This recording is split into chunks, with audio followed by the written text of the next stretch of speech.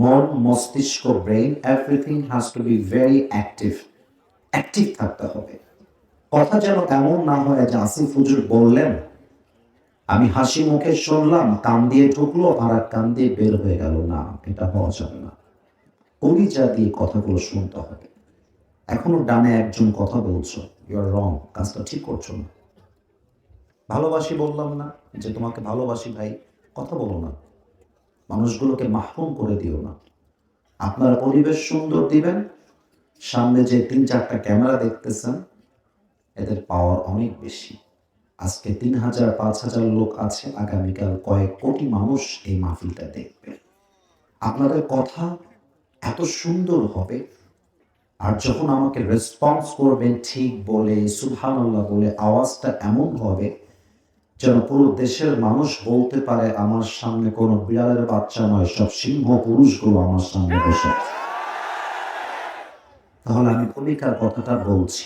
ভূমিকার একটা কথা, এটা আমার তাফসীর নয়, এটা আমার ভূমিকা। তারপরে আমি তাফসীরে ফিরে আসতে চাই।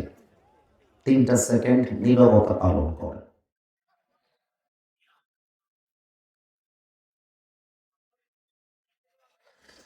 যারা আজকের এই প্রচন্ড ঠান্ডার ভেতরে আমার এই মাহফিলে এসেছেন, আমার প্রিয় বোনেরা, প্রিয় মায়েরা, প্রিয় যুবক ভাইয়েরা, প্রিয় মুরব্বী আব্বা জানেরা, নিজেকে একটা প্রশ্ন করেন, এই দাউদপুরের নবাবগঞ্জের এই মাঠে, এই মাহফিলে আপনি যদি এখন এই মুহূর্তে মারা যান, এখন এই মুহূর্তে, আপনি কি আপনার জীবনে এমন কোনো আমল করেছেন যে আমল দ্বারা আপনি গ্যারান্টি দিয়ে বলতে পারবেন যে আমি মারা গেলে আপনার জান্নাতের বাগান হয়ে যাবে? নিজেকে প্রশ্ন করেন। উত্তর দেওয়া লাগবে না, নিজেকে প্রশ্ন করেন। যদি মন বলে ইয়েস, অনেক আমল আছে, মরলেই জান্নাতি হয়ে যাব, তাহলে আজকে আসিফ হুজুরের ওয়াজ আপনার জন্য নয়।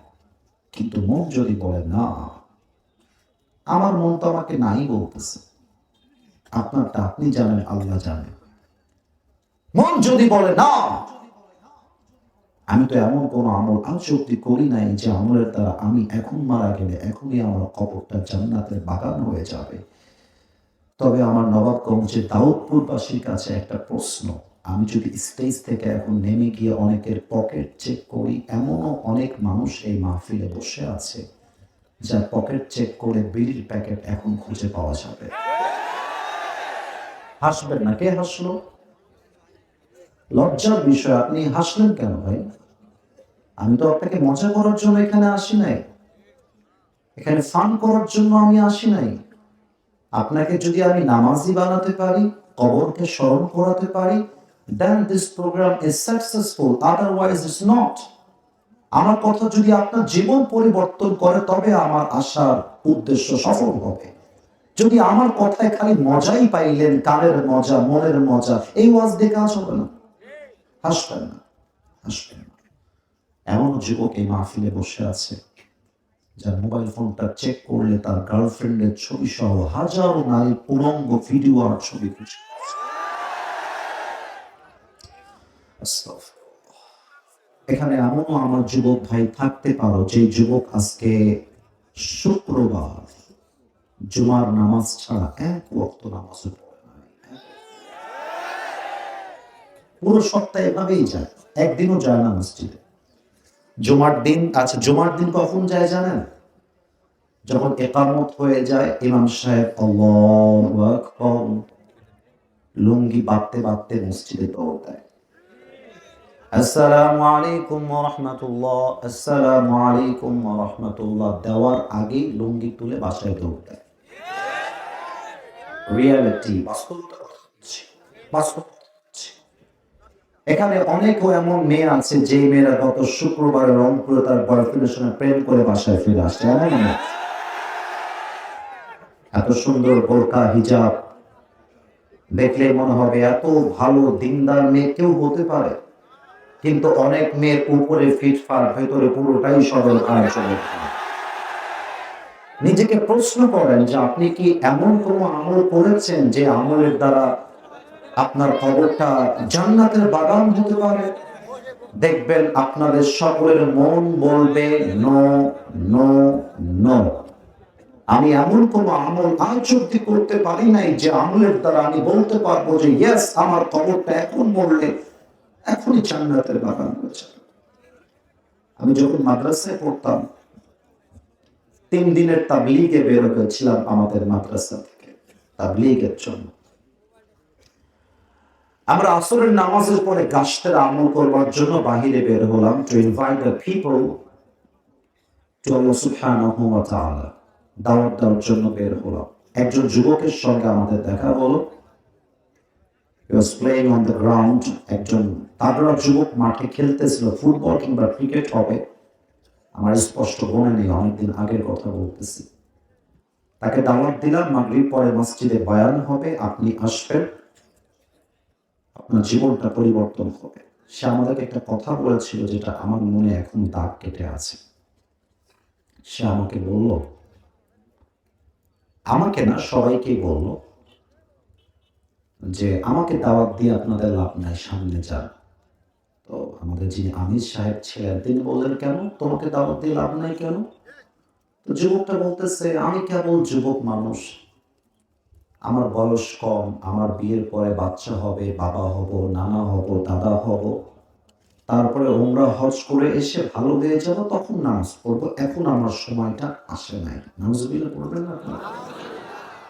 এই যুবক ভাইরা, তোমরা আমার দিকে তাকাই বলো তো, আমি যে আজকে জীবিত এসেছি তোমাদের এই মাহফিলে, আমি যে আগামীকাল সকালবেলার মাহফিল করতে পারবো জীবিত হয়ে, do I have any guarantee about it? কোন গ্যারান্টি আমার কাছে আছে বলেন? নাই।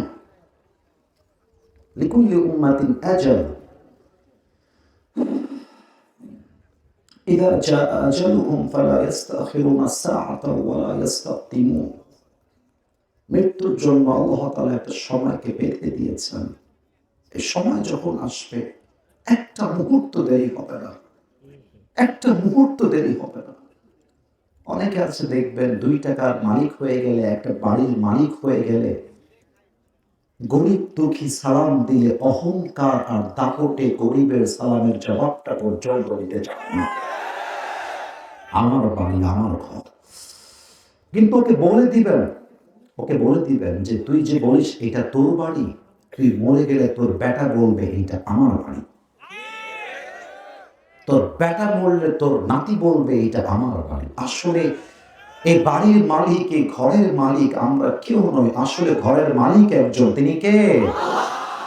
পরের জায়গা পরের জমিন ঘর বানায় আমি রই, আমি তো সেই ঘরের মালিক নই। গান আমার সাথে, নো প্রবলেম, বলেন। পরের জায়গা পরের জমিন, আমি তো সেই ঘরের মালিক নই, ঠিক কিনা বলে? সেই ঘরখানা যার জমিদারি, আমি পাই না তাহার হুকুম জারি, আমি পাই না জমিদারের দেখা, আমি পাই না জমিদারের দেখা, মনের দুঃখ কারে কই, আমি তো সেই ঘরের মালিক নই। একসাথে, পরের জায়গা পরের জমিন ঘর বানায় আমি রই, আমি তো সেই ঘরের মালিক নই। পরের জায়গা পরের জমিন ঘর বানায় আমি রই, আমি তো সেই ঘরের মালিক নই। ঘরের মালিক কে ভাই? এই জন্য আমাদের কাছে কারো কোনো গ্যারান্টি নেই যে কে কখন মারা যাব। মাথায় রাখবা, তোমার মতো হাজারো যুবক যারা বলতো কাল থেকে নামাজি হব, কাল থেকে নামাজি হব, ওই কালটা আর আসে নাই, তারা আজই কবরের বাসিন্দা হয়ে গিয়েছে। আল্লামা ইকবাল লিখেছেন, হুয়ে নামওয়ার বেনিশা कैसे कैसे, ये जमी खा गई नौजवा कैसे कैसे, ये जगह जी लगाने की दुनिया नहीं है, ये इबरत की जा है तमाशा नहीं है, तुझे पहले बचपन ने बरसों खिलाया, जवानी ने फिर तुझको मजनू बनाया, अजल तेरा कर देगी बिल्कुल सफाया। मेरे दोस्त, ये जगह जी लगाने की दुनिया नहीं है, ये इबरत की जा है तमाशा नहीं है, वमल हयातुद दुनिया इल्ला मताउल गुरूर। This life of this world is nothing more than play and entertainment. এই দুনিয়ার জীবনটা চাকচিক্য ছাড়া, ধোঁকা ছাড়া, তামাশা ছাড়া আর কিছুই হতে পারে না, ঠিক কিনা বলেন? চেঞ্জ ইউর ইন্টেনশন, নিয়ত পরিবর্তন করেন যারা শুধুমাত্র আসিফ হুজুরের চেহারা দেখার জন্য আজকের মাহফিলে এসেছেন। এই নিয়তে হেদায়েত আসবে না।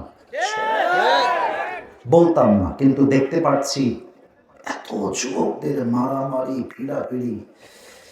মাগরিব পরে মাহফিল ছিল রংপুরে, এই দেখেন আমার হাতটা কেটে এত ব্লিডিং হয়েছে, এত রক্ত বের হয়েছে। মানুষজনকে ধাক্কা দিয়ে ফেলায় দিচ্ছে, পুলিশ দিয়ে, লোক দিয়ে থামানো যাচ্ছে না। তো পরে দেখলাম যে এটা শুধুমাত্র কোরআনের ভালোবাসা তা না, কোরআনের ভালোবাসার চাইতে এখানে ব্যক্তির প্রতি মানুষের আকর্ষণ বেশি। এটা আমি অনুধাবন করলাম। কেন? আমি আসিফ হুজুর গেছি মাগরিব পরে, হাজার হাজার মানুষ, মাঠে, রাস্তা, এলাকা ব্লক হয়ে গেছে। আমি ভাবলাম আমার জায়গায় বিজ্ঞ কোনো আলেম আসলে, যার ফেসবুকে পরিচিতি নেই, যার টিকটকে পরিচিতি নেই, যার ইনস্টাগ্রামে পরিচিতি নেই, যার ইউটিউবে ভিডিওতে ভিউজ নেই, তাকে দিয়ে যদি বাদ এসাও মাহফিল করা হতো, 100 লোক পাওয়া যেত কিনা সন্দেহ ছিল। মানুষ চেহারার পাগল, জনপ্রিয়তার পাগল। আরে বেটা, জনপ্রিয়তায় যদি একজন ব্যক্তির যোগ্যতার সার্টিফিকেট হতো, তাহলে হিরো আলমের মতো সফল তো কেউ হতে পারত না, তাই না? নিয়ত পরিবর্তন করে। আমি এই মুহূর্তে 1 থেকে 3 গুনবো।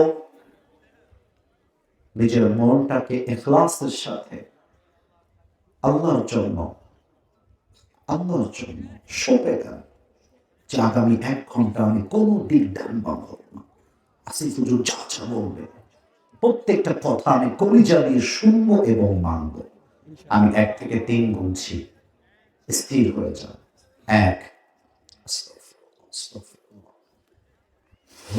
2, 3, মাশাআল্লাহ।